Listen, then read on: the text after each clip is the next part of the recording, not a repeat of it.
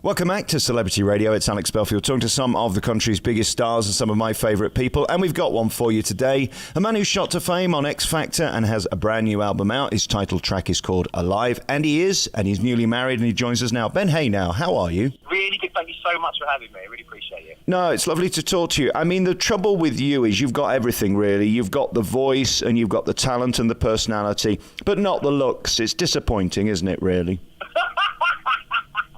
Well, they've got to have a downside, and I appreciate that. Thanks.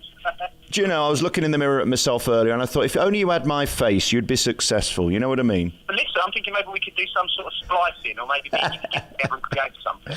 I think the only thing we could do together is tour as Shrek. It does help, doesn't it? I mean, you've got this look about you, and the girls and the boys find it delicious. That must be nice. I'm a deeply unattractive man. I'm just jealous, Ben, that's all.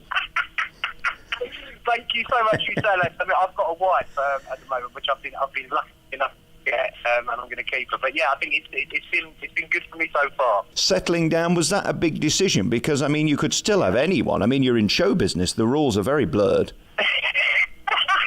Well, yeah, I mean, I very much not anyone. But for me, I mean, I've been with Jess for 11 years before we got married, you know, so it was, we definitely kind of waited until we felt it was the right time. And for me, yeah, it's been an incredible change, you know. It's something that's kind of, it's changed my perspective on life a little, you know, and given me kind of new perspective of things that I want to achieve. So it's been incredible, really.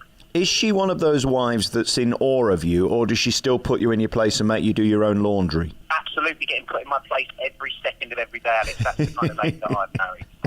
Yeah, she's more than happy to kind of give orders. But I think that's what I want. I think that's what I need as well, you know, someone to kind of keep me grounded, and she definitely does the trick. Yeah, the last thing you need is somebody who's a sycophant and a fan. That never works, does it? No, that's right, man. It's a bit weird, I think, a bit weird. Slightly creepy. Let's talk about your new album, which I've listened to, and this new song, Alive, as well. I mean, you've got this iconic sound, which I think is the reason you did so well on X Factor. It seems like you've found your rhythm and you've found your own voice. Being surrounded by a label, you know, and all that comes with that, I think, on the first album, I think a lot of creative control was kind of taken away from me, you know, and getting back and kind of going back to my roots and writing this album fully with my brother, you know, I think it's kind of the sound and the lyric all seem to have come across a lot more honest, I think, from my side for sure. So it's been a different experience, but I think one that it definitely is helping me kind of find my feet and find my own sound for sure. It's incredible to think it was 2014. I mean, that's nearly 5 years ago, 5 Christmases ago. Does it still seem like yesterday to you?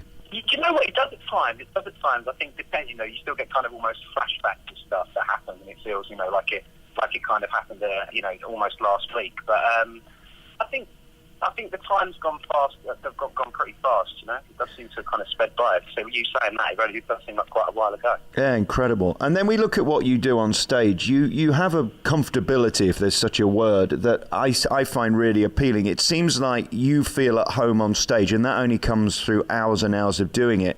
You've never known another life, really, have you? You've always had an audience, and you've always been working on your craft. Yeah, I think that's something that's important. I think as well, you know, a lot of people going onto these shows in particular, I think, seem to kind of wake up on a Friday and think on Saturday I'm going to, you know, go and become a singer, and I haven't really put sort of much time into it. I think it's been a passion of mine since I was younger, you know, and kind of we tried to make it the organic way of being in a rock band, you know, and kind of playing for 7 or 8 years up and down in the pubs. So I think that sort of experience, you know, is something like to kind of get out there and work an audience of one person, or an audience as it may be described, to then, you know, to kind of try and learn your craft and build up the audiences. I think that's a real good stand. And it's interesting as well when we look at your history as to the sort of things you've overcome. I think as an artist, when you've been through tough times or depression or sadness, it can often make you a better artist. It's unfortunate that, isn't it, in a way, that you sort of have to go through bad things to then be able to write great songs. Is that true? You know, I don't think always bad songs, but I definitely think you have to go through something to be able to capture the emotion and to actually, you know, convey that to other people. So I think obviously, with, you know, a lot of people relate and listen to music as some kind of release, and I think that when you're feeling down and you listen to a sad song or something you can resonate with, you know, it really kind of helps you out and make you feel not alone. So I think that's, you know, that's another thing about it, really. You've been quite open about the depression that you suffered and the alcohol that you drank to recover and take you out of that.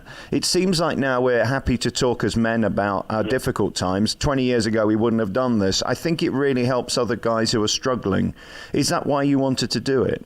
Yeah, I think, I wouldn't say that was really a catalyst. I mean, for me, it was just an initial...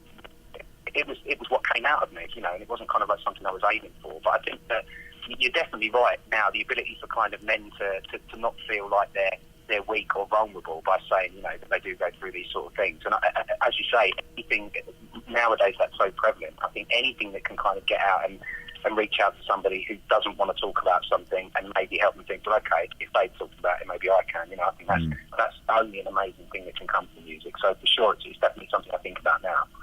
Is it still as thrilling today to stand on a stage and feel that pin focus and the warmth from the audience as it always was? Do you still find it as intoxicating?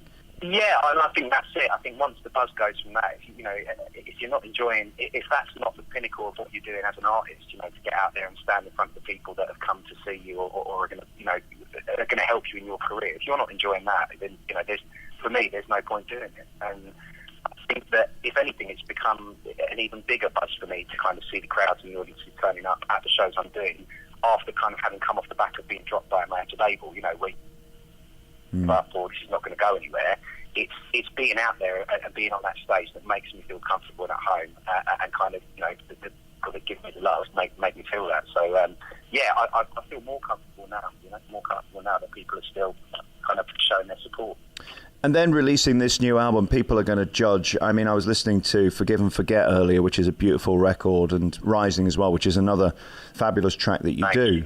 Again, there's always a risk that people will buy it and they'll judge. How do you cope with the neurosis of that? Because I don't like being judged anymore. I like putting my stuff out there. And in social media 2018, people have an opinion and they'll tell you, won't they? Do you get nervous about this stuff? Do you know what? I don't think you can.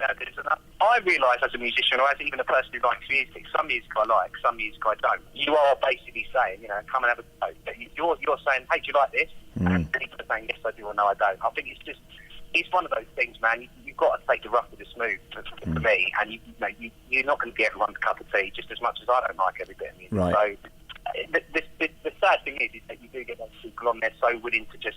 They might not even have heard your music, but they just want to go on there just to troll people and stuff. So I don't let it get to my heart at all. To be honest, man, I just let it kind of people are entitled to their opinions, and if you don't want to know people's opinions, then by all means don't put your stuff up there for yourself. I think it's that old thing as well, isn't it? Don't take in the praise and then don't take in the negativity. Just get on with what you're doing, because if you take either, you're on the road to ruins, aren't you? Really?